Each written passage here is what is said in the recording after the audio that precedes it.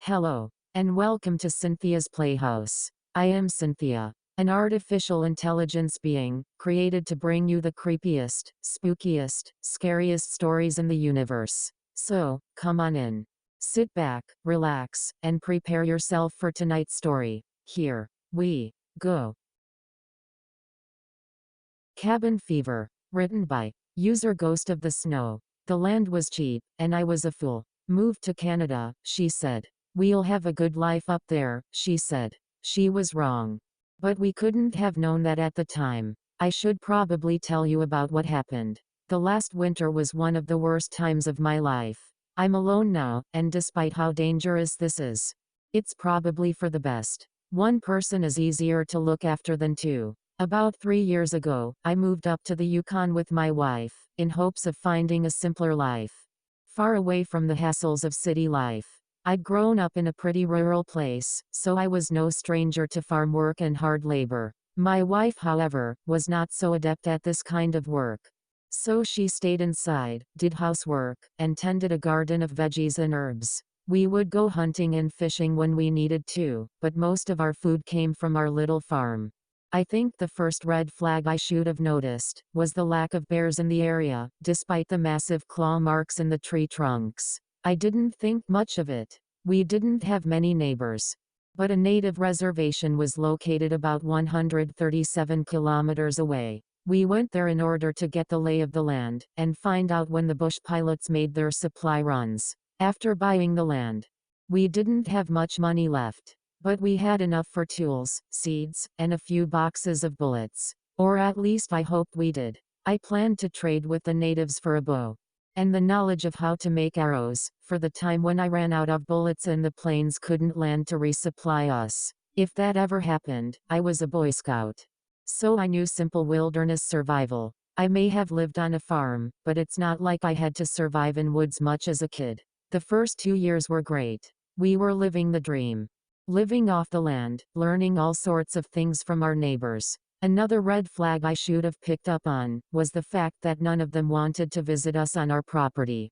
There is a gnarled pine tree full of burls and scars from dropped branches. Occasionally we'd find charms hanging on the boughs, but we assumed they were from some sort of ritual and left them alone.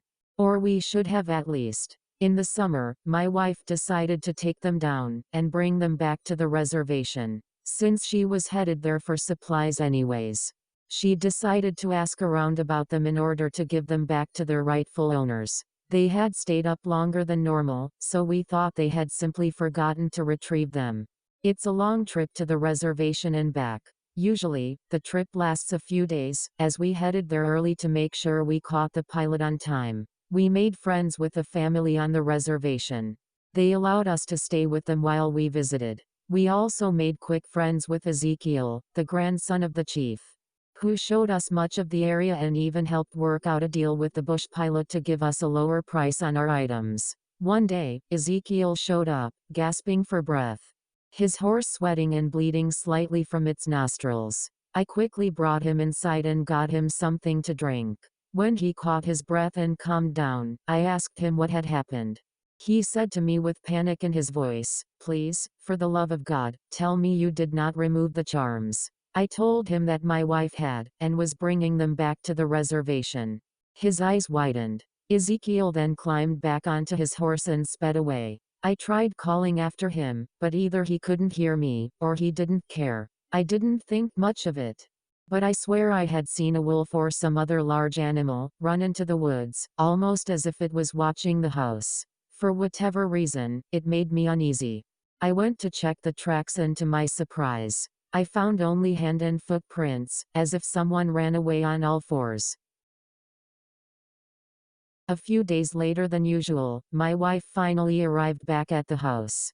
She seemed a little exhausted and anxious, as if she had been chased for a little while. I asked her what took her so long this time, to which she replied, "The plane was delayed for a bit, and Ezekiel's family had me stay at their home for a while. Something about touching the Yinald Lushi charms, or some other mumbo-jumbo. I didn't really pay attention." Despite her nonchalant response to something that seemed very serious to Ezekiel's family, and looking back, we should have taken their concerns seriously as well. Ezekiel and his family belonged to an Apache tribe that moved from the U.S. back to what this tribe called their ancestral homeland during the 1800s when their people were being slaughtered. When they moved back, the tribes that stayed had drifted too far apart from the southern Apaches, forcing Ezekiel's tribe to settle on the outskirts. At least that's what he told us. I asked my wife why she was so jittery, and she told me that she had heard howling and screaming coming from the woods. The truck broke down about a mile away from the house, which was a life-threatening blow without horses or parts to fix it. Sighing, I grabbed my toolbox, my knife, and my rifle, preparing to assess the damages. Luckily, I had the truck outfitted for off-road conditions. One such modification included steel crash bars on the front grille. These prevented too much damage to the overall body of the car that resulted from hitting a mule deer. Much of its body was still intact, so I field dressed what I could salvage and set it aside. It was free and easy. Hopefully it would be tasty enough to justify it getting hit. After popping the hood, I didn't see too much damage to the engine block or internal machinery, which left the suspension and steering system to check. Upon looking at the undercarriage, I discovered where the rest of the deer went, namely its front leg and head. Chunks of meat and bone had gotten inside the mechanisms, and in between the gears. Luckily, this didn't require any extra parts, but it would take many hours to fix. My work was cut short however, when a coyote began to tug on my pant leg, attempting to drag me away. I shook it off and grabbed my rifle in case the little shit wanted to attack me. Turns out, it was just distracting me so one of its little buddies could steal one of the deer legs that I had hoped to save. I hate coyotes and still do, a fact that will never change. It was nearly sundown when I finished, but I was able to get the truck running again. Thank God, because we don't have the money or supplies to buy horses from the reservation. When I got back home, I found my wife standing in the middle of the field we call the front yard, staring off into space. She didn't react when I called after her, or even when I walked up to her. It took shaking her shoulder to wake her up. The moment she came to, a large crow, or raven, suddenly broke from the tree line and flew off. She was groggy and had no idea why she was outside. I asked what she could remember happening while I was away, and what she told me was unsettling. She told me that after she took a nap and got a shower, she decided to tend to the garden. It was then that she saw a bear, covered in matted fur, and very large scars, staring at her from the edge of the woods. Something about it seemed off, which was really saying something due to the appearance of the bear. The moment they locked eyes was when my wife lost her memory of events leading up to her entering the field and then being woken by me. I guess the bear ran off. After a few days, I began to get visions and dreams about something terrible and foreboding. My wife began spacing out and losing hours of the day at a time. The closest doctor is more than 500 kilometers away. And since she wasn't bleeding or had any concussions as far as we could tell, we opted not to seek medical attention. Too costly and too far. It was nearly time for us to go for another supply run. I decided to go myself, allowing my wife to rest and avoid another deer incident. When I got to the reservation, they refused to let me onto the property, saying I had caused enough trouble already. Ezekiel, ragged and looking several years older than he really was, came to speak to me. He told me that removing the charms has unleashed a great evil, with my wife and I at the center. He looked behind me with wild eyes, and chanted something in a language unknown to me. From the woods, a pitch-black wolf was staring me down, a sight that sent shivers down my spine.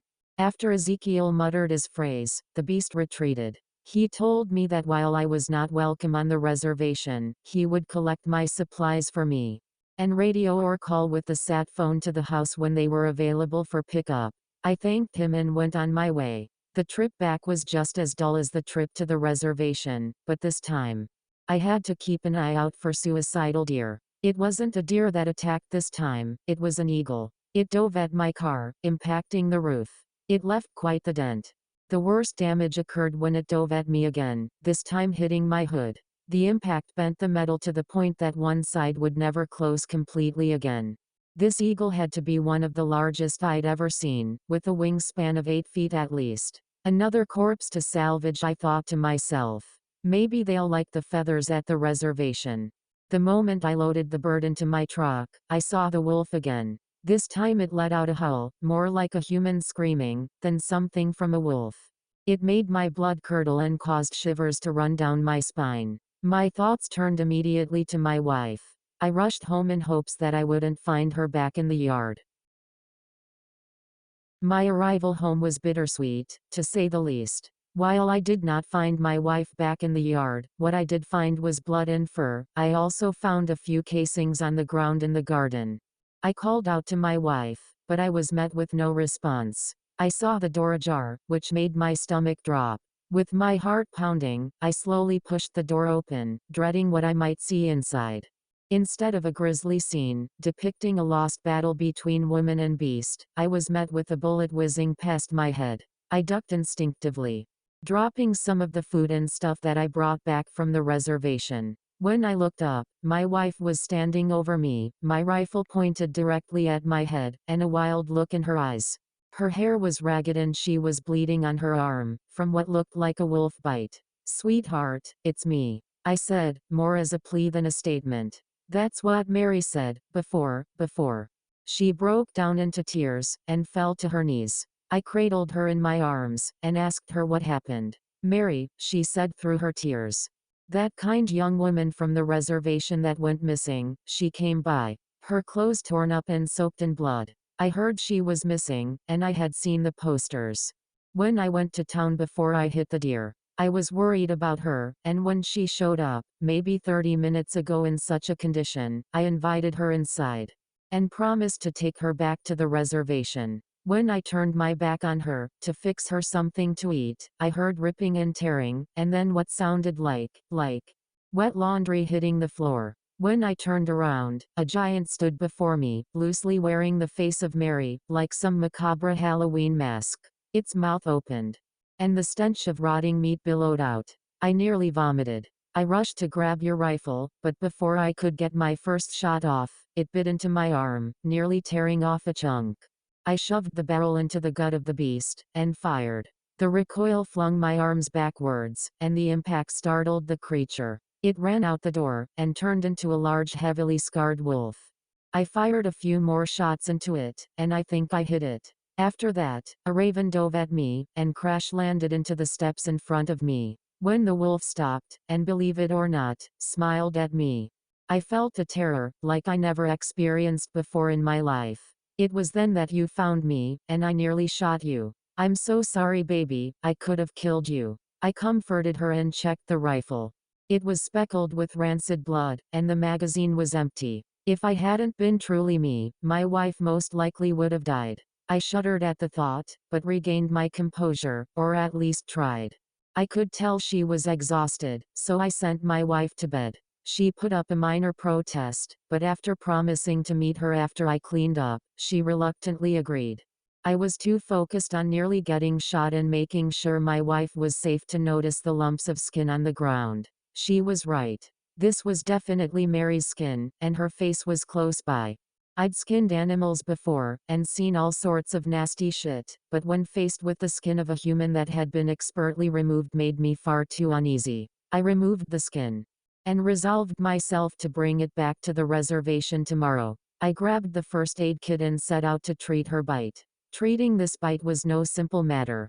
She was missing small chunks of flesh and patches of skin, so I set about to immediately disinfect it. Nothing much happened for the next few days, not even any suicidal birds. It was the classic "it's quiet, too quiet" cliché, and we fell for it, hook, line and sinker. The time to gather supplies had come around once again, but this time, my wife and I went together, rifle in tow.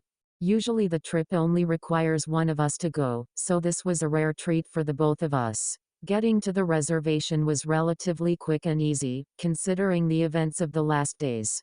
It wasn't until we arrived at the reservation that we noticed something was amiss. The area looked as if it was put under a minor siege. People were milling about, cleaning up small shacks that had been torn down, and the rubble from a house that had partially collapsed. Strewn about the property were the corpses of animals, which were riddled with bullet holes and even some arrows. When I called out, everyone froze in place, and looked at my wife and I. I could feel the hatred from their gazes.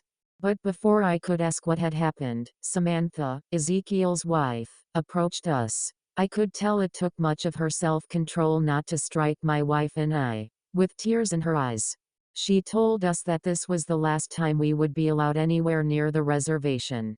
The pilot was already informed that you would no longer be requesting supplies be delivered at this reservation, and would have to find some other way to get them. The last thing she told us, before turning her back on us for the last time, was, "If you see Ezekiel, kill him, or run, and never return." We decided not to press the matter any further. Silently, we loaded up our supplies and began the drive home. Maybe it had been the fact we were driving together for the first time in a while, but now that it was quiet in the cab, we noticed something we had missed earlier. The vultures helped us spot it. What we saw was the carcass of Ezekiel's horse. We stopped to get out and make sure that Ezekiel wasn't trapped. To our dismay, we found that he was, or at least most of him. What we found under that partially eaten horse carcass was the freshly skinned body of our dear friend. It was this time that I vomited, and my wife nearly passed out. Knowing what this might mean, we got in the car. My wife drove while I readied the rifle. I was the better shot anyhow. When we finally reached our homestead, we discovered the door had been thrown open with what looked like great force. I entered first, my rifle raised. I called out, "Who's there? Show yourself." From behind me, a voice said, "Whoa.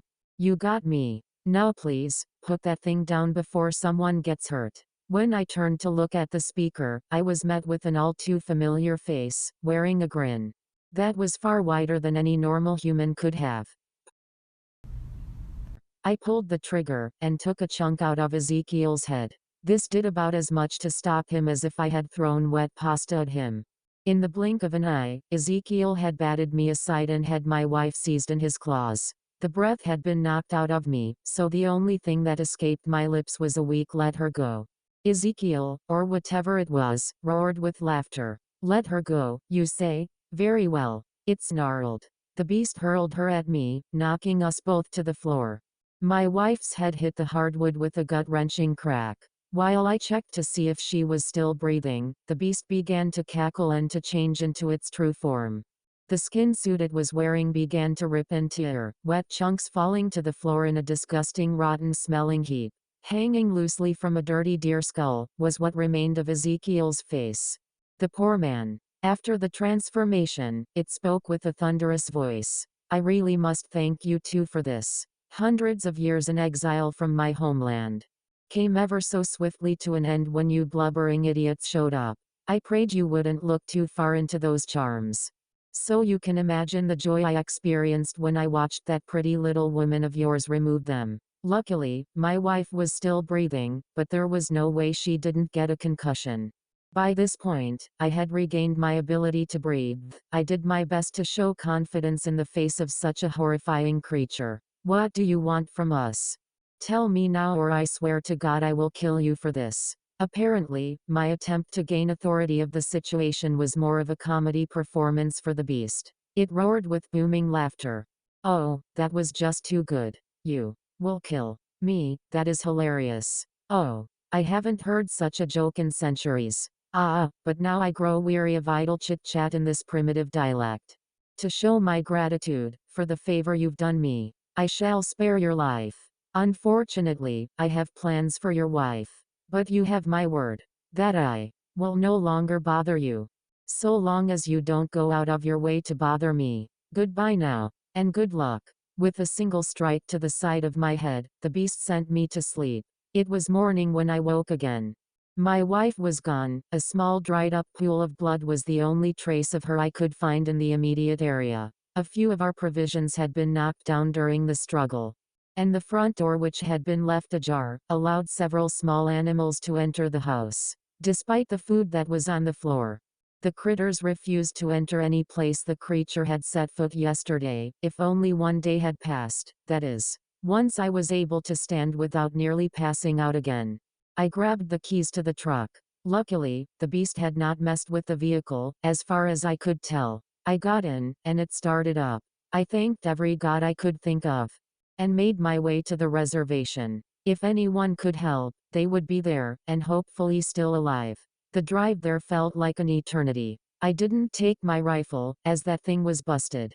The barrel bent and unusable. As I neared the site where Ezekiel had been killed, I resolved to wrap him in an old blanket that we kept in the truck, which he had given us on one of our visits before all this happened. The exposed parts of his body had been all but picked clean, and the smell of decay filled the air. At this point, more than vultures had encountered the corpse. Wolf, coyote, and even a set of bear prints surrounded the body. The tough work of moving the horse carcass had been done for me, most likely by the bear. Not much remained of Ezekiel anymore, but I recovered what I could. Due to the smell, I placed him in the bed of the truck, and wiped my hands on the saddle blanket of the poor creature that once so faithfully served its master. I did this both out of respect, and out of a desperate hope that this would somehow convince the people at the reservation to help me in my mission. As I neared the reservation, a few bullets hit the front of my truck.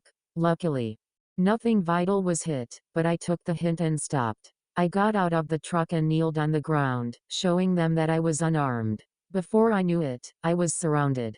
An older man with a shotgun in my face took a white powder from a worn leather bag, and sprinkled it on me. When I didn't react, he said a few brief words to the men around me. They pulled me to my feet, and held my arms behind my back. The old man spoke to me, saying, "We told you to never come back.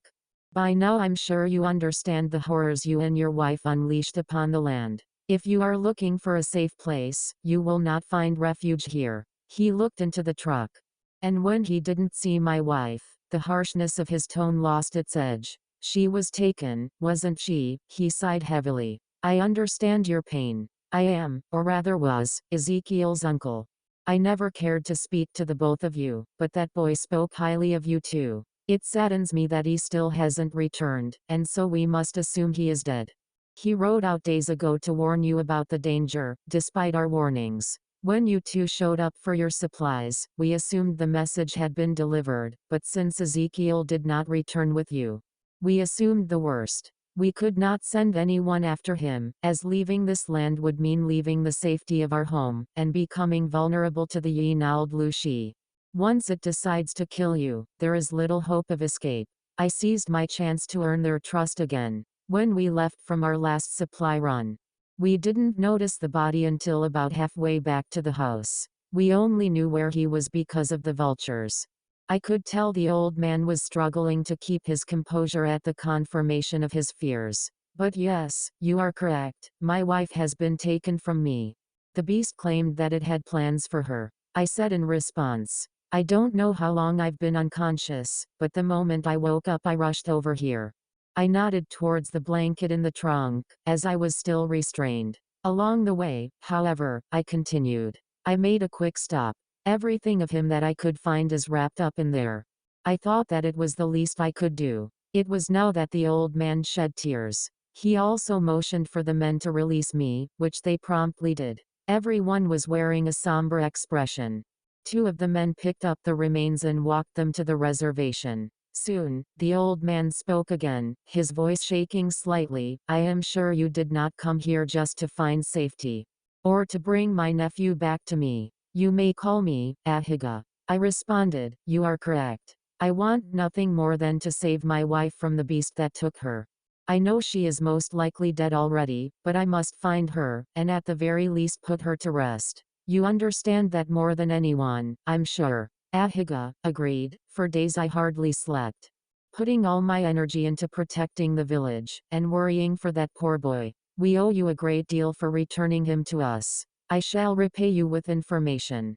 You seek to kill the Yinald Lushi, and we have the means. We do not know where it is, and we cannot sacrifice any of our warriors to hunt that thing. But you have fire in your eyes and rage in your heart. This hunt will not be easy, nor are you guaranteed to succeed. But you possess something we do not: the willingness and ability to leave these grounds. Are you prepared to sacrifice your life in order to avenge all the beast has harmed?" "I have never been more prepared for anything in my life," I replied. The first thing I needed to do was prepare. Food and water was of little concern, as chances were that I was not coming back. Since my gun was ruined, Ahiga had one of the men give me an extra firearm. Bullets alone won't kill the beast, but there is something that will. White ash, he said. Like an idiot, I remarked, the tree. To which Ahiga said, no, but we will have to burn some wood in order to create it. I'm amazed that the bullets even hit their mark when you drove the beast away from you land, before all this happened. Okay. So explain what you mean by that? It bleeds so I can kill it, right? Why do I need this mystical magic shit? I said, getting annoyed at the man just trying to help.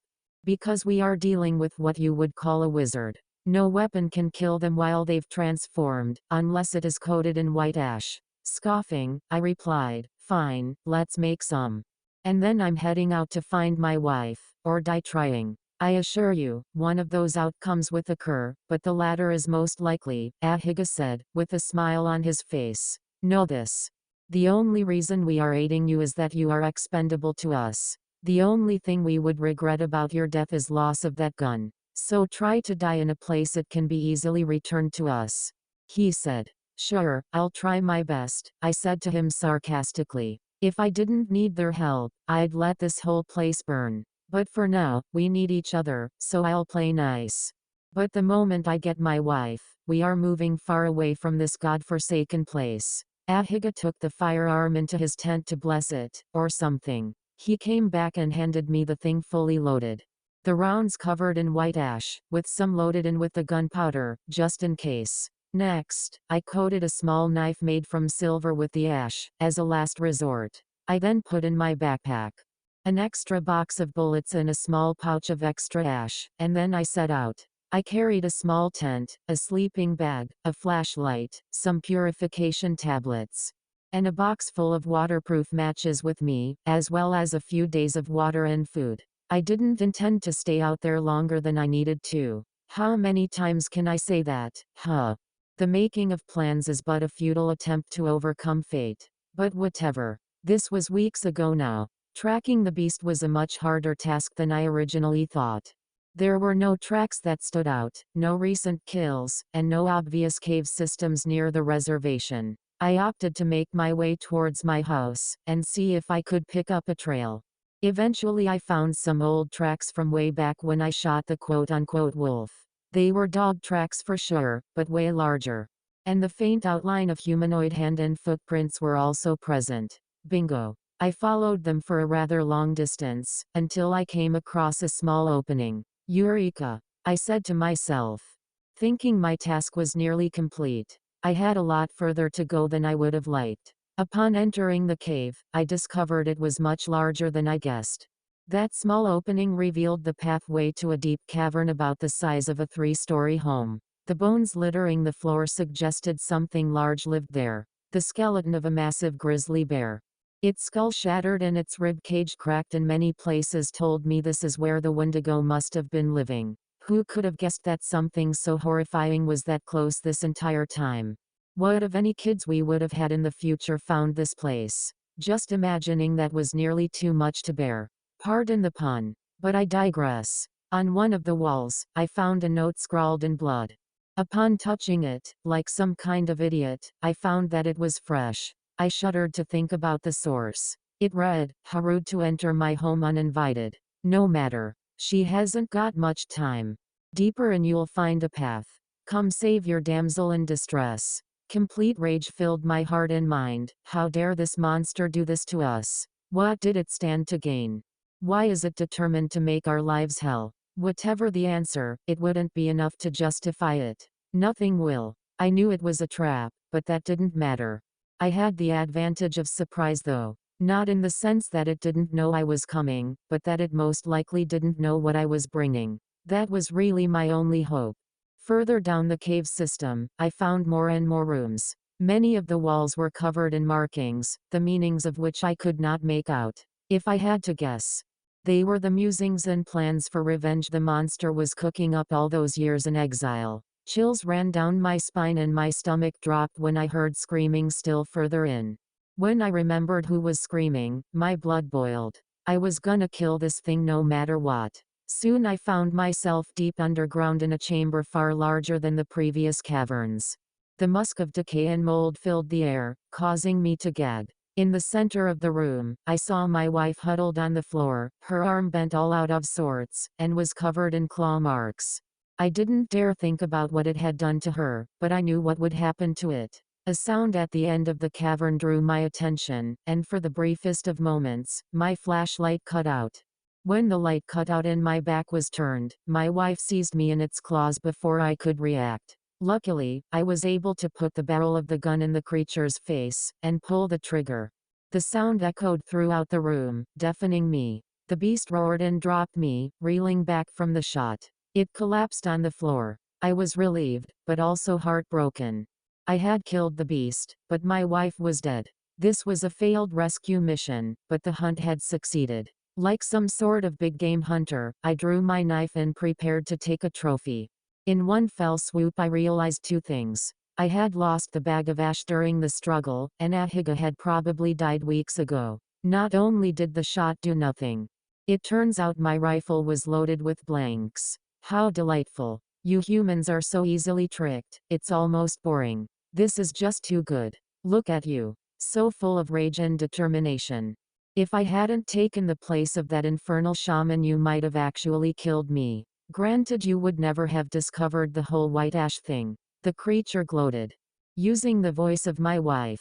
All my rage and anger would mean nothing. I was powerless in the grasp of the beast. No, it growled, dropping its guise entirely. A skinwalker, I hate that name, is terrifying on its own, especially to an ancestor such as myself.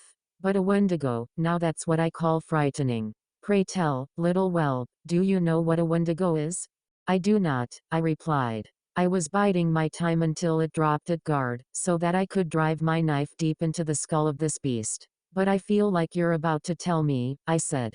You are correct, it replied. A Wendigo is created when one human eats the flesh of another. That is what I planned for you. You'll be my own personal killer. Getting your hands dirty so that I no longer have to. Isn't that wonderful? Doesn't matter what you think. You're mine now. Oh, and don't worry, you'll see your wife again. Though it'll be in chunks come feeding time. With that, it threw me against the wall of the cavern, thundering with grotesque, victorious laughter. It wasn't long till I fell unconscious. It starved me for weeks. It only gave me water, the source of which I didn't care to question. When it finally brought me food, I ate it without hesitation. After that, it released me and sent me back home. In the weeks I've been writing this, I've trying to starve myself. I couldn't force the flesh back up, as the beast kept me tied up, preventing from moving little more than my head. It's been almost a month since I was released. I'm writing this as an attempt to keep my mind about me. I can feel it slipping, I hardly sleep. Despite not eating anything, I have not died. My body and only really skin and bones, but I must control my fingers as not to crush the keys. I doubt I have much longer. A bit ago I heard the ancestor roar near the reservation. I can smell the blood in the wind, and it's making my stomach growl. This is the last I'll ever write. I am so hungry. Must feed. Now.